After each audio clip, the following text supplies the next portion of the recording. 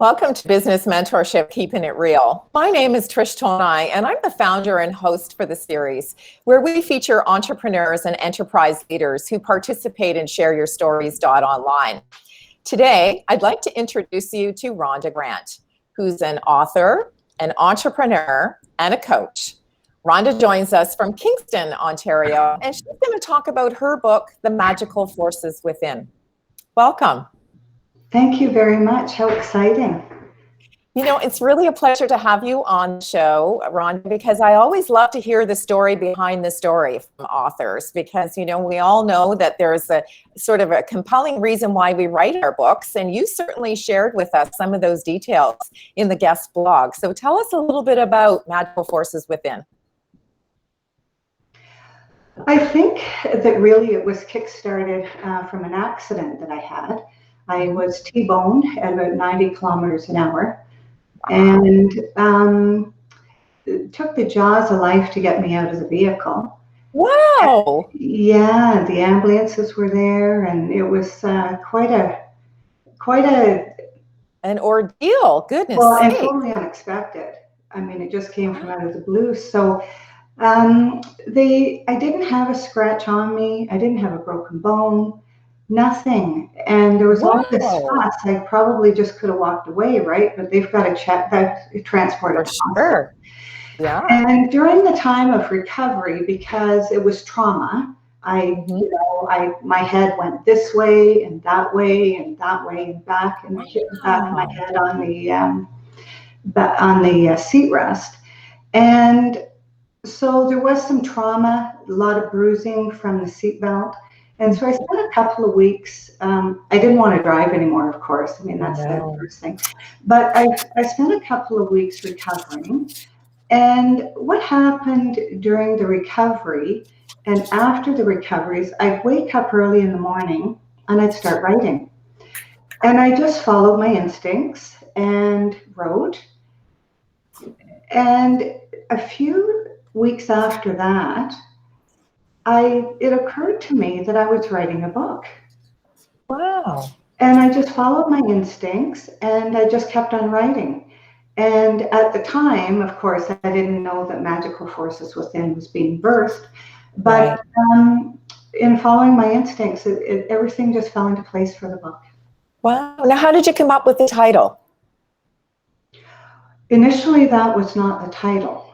It had a different title.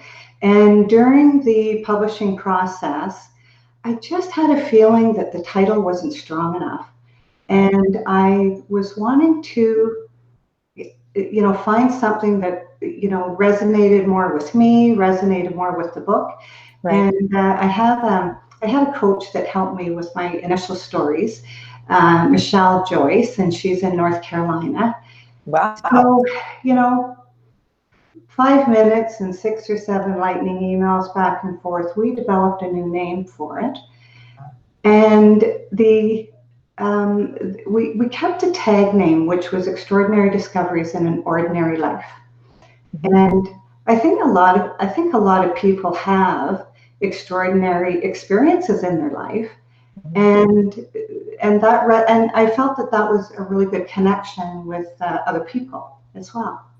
Perfect. So tell us a little bit about the story. What's the content of the book? So if I was listening to or watching our interview today, and your story was resonating with me, and I wanted to read the book, tell me a little bit about what it's about.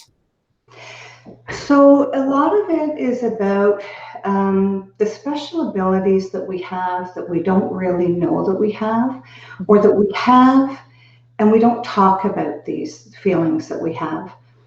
And I think a really easy example for women is that when their children are ill, women tend to have that instinct that they know that that child is ill and may even know what's wrong with that child before they even take it to the doctor to find out. And so I think that as men were hunter-gatherers, that women needed to have these higher level of skills in order to raise their babies and protect their babies and things like that. And I'm not saying that men don't have these skills, they certainly do, and some of them have a lot of them. So when you have a lot of these skills, they're sometimes referred to as special abilities.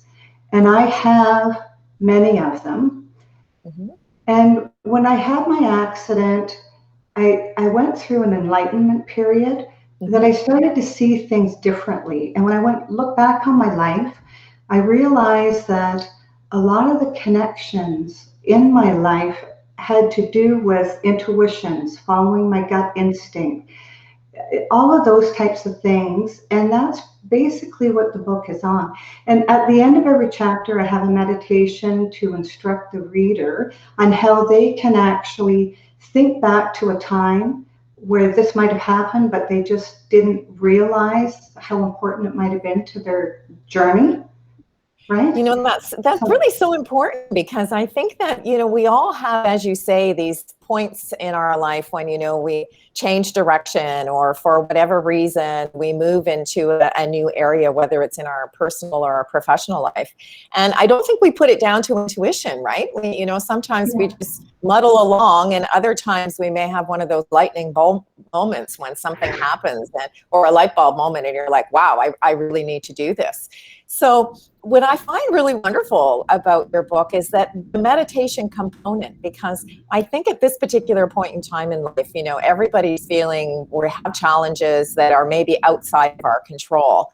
And meditation's a really wonderful way to try to reconnect with our core center and some of our own values and purpose. So perhaps you could tell me why you decided to include meditation. What does meditation mean for Rhonda?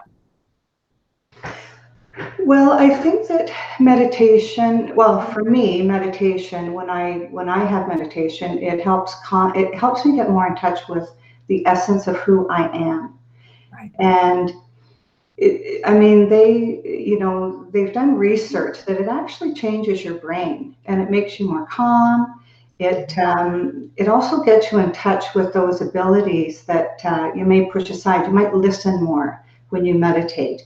And so the meditations at the end of each book is a little bit different than that. It's just having the person think about the story and how they can connect, but they can also meditate on finding out when that happened to them in their life.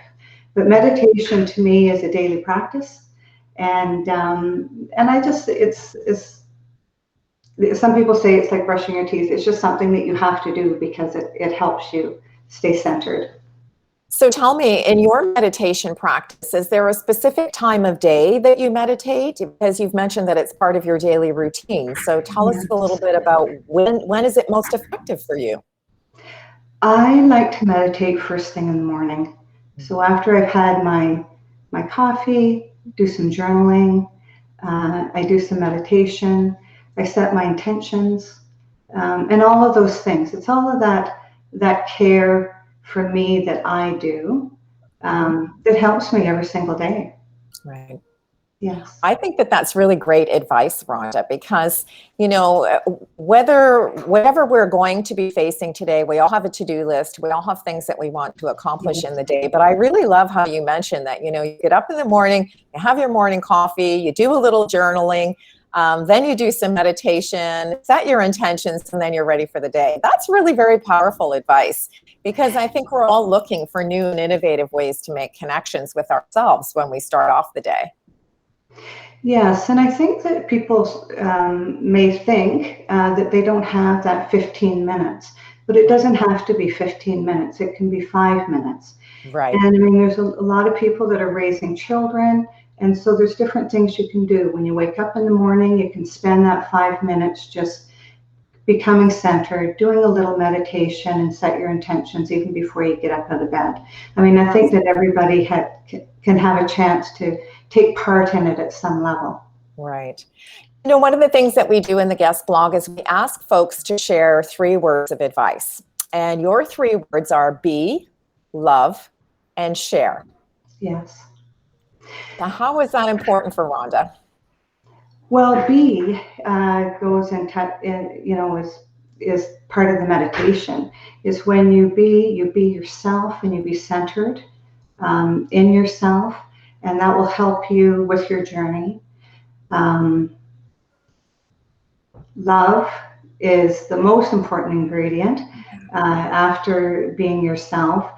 And I think that if you breathe into your heart is such an important organ. If you breathe into your heart, you can feel your heart. That's where the love is. And when you feel that, it's really nice to do this in the morning too, is to take that out and give that away during the day. Because we all have that gift to give. But if we become centered, we get centered with our heart and feel that, it goes into the next part of it, which is share, that you take it out and you give it away to the people during the day, because we don't know what people are going through. And sometimes your light can be something that's made a difference for that person in that day. That's really wonderful. I love that the way that you've tied everything together, from your daily practice to your daily intentions. So I'd like to thank you very much for spending some time with us today, Rhonda. I think that you've given us a lot of food for thought. In addition to talking with us about your book, you've really given us some wonderful insight into a daily practice that may help each and every one of us. And I thank you for that. I'm grateful for you. Thank you so much, Trish. And to our viewing and listening audience, I'd like to thank you for joining us in another edition of Keeping It Real, where we introduce you to the person behind the logo. And I invite you to join us and share your stories online. Thank you. Thank you so much.